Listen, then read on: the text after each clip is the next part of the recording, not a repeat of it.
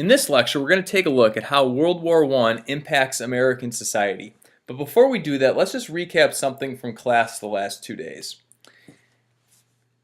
So when we reflect on what we did in class up until 1917, let's think about what had been the official foreign policy of the United States towards Europe. The correct answer to that would be neutrality or isolationism. That's a policy that dates back to the 1790s with George Washington. So we had always pursued that attitude towards Europe. So the thing that catches a lot of people or trips them up is this idea of, well, if we're imperialist, how are we neutral? They're actually not contradictory. They're not in opposition. Here's why. Imperialism does not violate our neutrality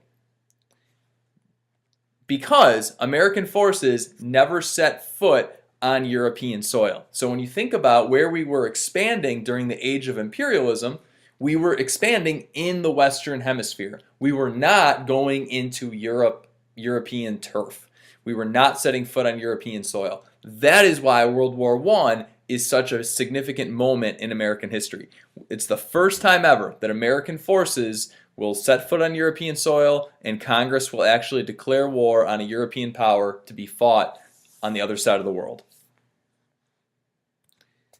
Okay, back to the American society. How does World War I impact American society? First, changes to our economy here at home. First, a national income tax, the 16th Amendment, was ratified. If we're going to fight for a war, you need to pay for that war.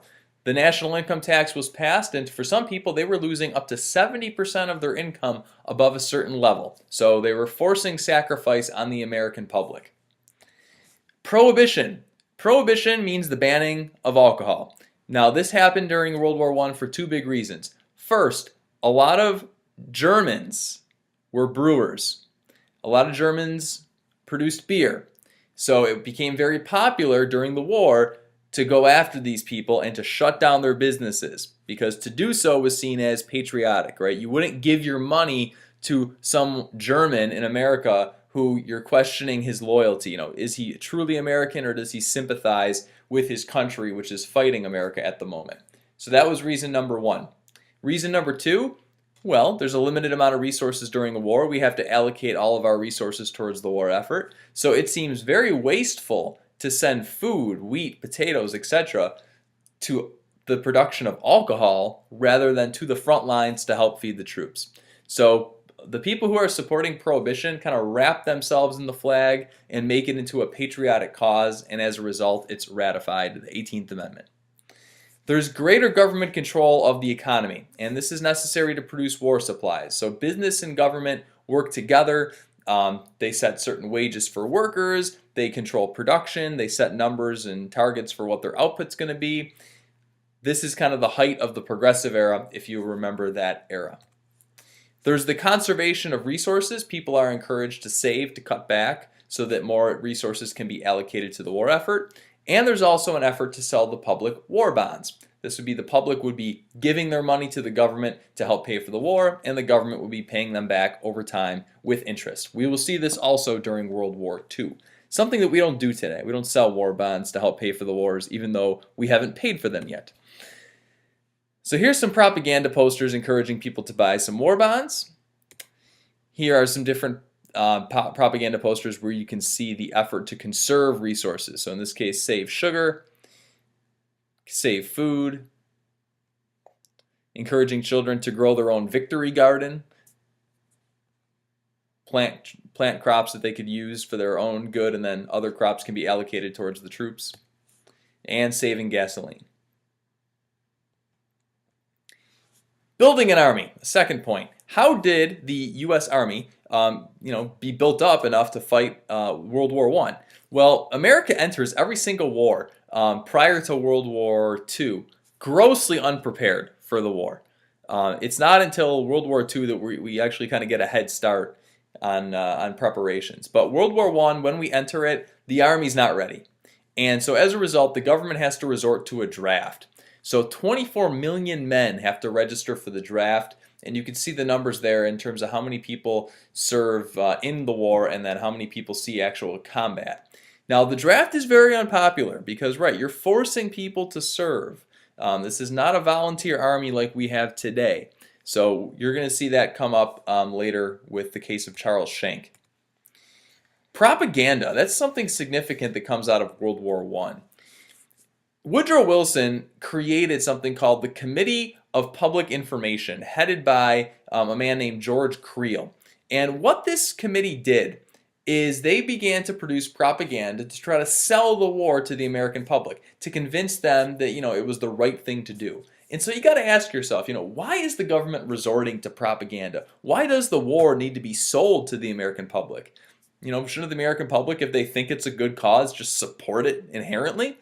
Not so much. So there was a lot of fear that the public was not going to support World War I. There was going to be a lot of opposition to this war. So the government used the media and used newspapers and motion pictures and speakers around the country to try to rally support for this war effort. And the propaganda really took two different strands. The first was it hated on Germans. So they tried to brainwash the public to convince them that Germans were bad, Germans were evil. And the other thing that the propaganda did was it sold American culture. It said that we're fighting for freedom, liberty, democracy, all of the core American values, and said this is what World War I is really about. So here are some examples. So remember Belgium. This refers to the German invasion of a neutral country, Belgium, and you can only imagine what's going on in this picture, right? What they want you to believe about the Germans. This one gets a little more ridiculous, but look at how they depict the Germans. And this one, of course, beat back the Hun, love the bloody knife, love the fact that he doesn't even look human in this picture. And as for selling American culture, if you look at who these first pictures, these first posters actually target, these are immigrants. There was fear that immigrants kind of, might not be loyal to the United States. They might be loyal to the country they came from. They might not support the war effort. So, in this case, if you look at the names on this honor roll to the right, you'll see a good diversity of names, a lot of different ethnicities. Ironically, you will not see a German name, a German-sounding name. But this is this idea that immigrants, you're in America, you're part of America, you must support the war effort. And finally, attacks on civil liberties, something significant that happens during a lot of America's conflicts. So what happens to your freedoms during wartime? Typically they get limited.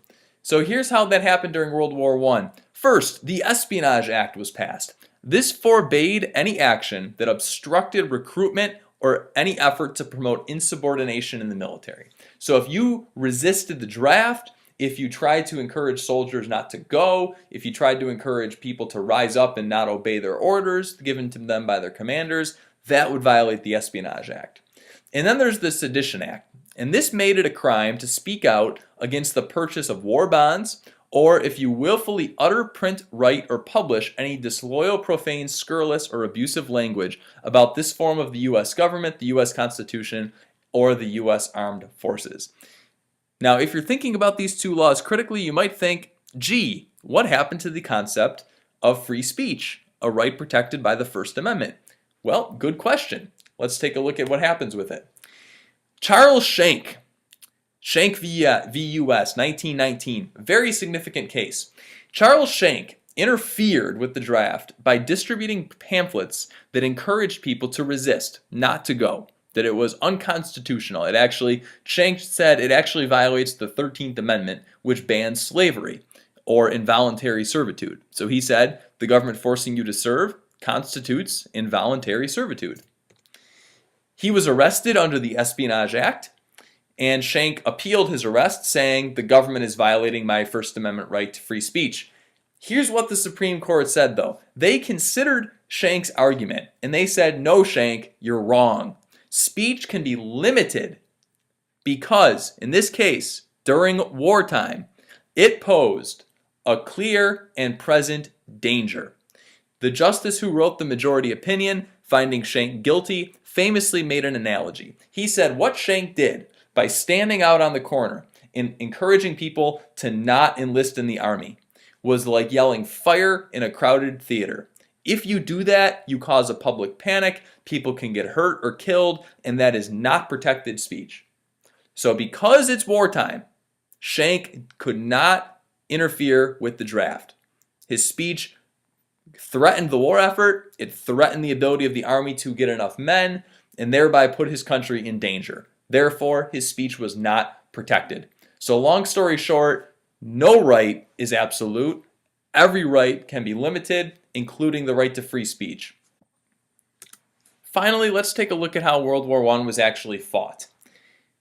World War I was a war fought mainly in the trenches. So as a result of some new developments in weaponry, weapons like the machine gun made warfare so deadly that the frontal charge, the idea of fighting in lines, was simply outdated. So in response, European armies simply dug trenches and kind of waited it out. Now, the war was incredibly bloody because this kind of warfare dragged on and on and on and on and on. So both sides would sit in their trenches until one side decided, let's go charge and try to take the other side. Well, this would result in one side gaining maybe 100 yards, 200 yards, and they would oftentimes lose it a couple days later. Yet they would suffer incredibly heavy casualties when they would do that all-out frontal assault because of weapons like the machine gun. In order to try to gain an advantage, both sides employed the use of chemical weapons, poison gas. Now, poison gas was very effective in the trenches because gas has a density that's higher than air, so it simply sank into the trenches. So both sides used this. After World War I, it will be banned, but it made its debut during World War I. Germany has a little bit of a tough situation during World War I. They're fighting a two-front war. So they're fighting the British and French and the Italians here on the Western Front, yet they're also fighting the Russians on the Eastern Front. Well, by 1917, the year that America declares war on Germany, the Russian government has actually been toppled by the Bolshevik Revolution. And the Bolshevik government is going to sue Germany for peace. So with Russia out of the war, the Germans can now take their armies on the Eastern Front and dedicate them to the Western Front. That's going to mean that Britain and France are going to be overwhelmed by this surge in German troops. They're very lucky that America decided at that moment to come into the war and provide some very necessary reinforcements. Now, the German economy is kind of overheating, though, at this point. After many, many years of war, very costly war, very taxing war, the German government is finding that it's on the verge of collapse. Now, part of that is because of the blockade that the British Navy has imposed on Germany. Germany responded to this blockade through the use of another new weapon, U-boats.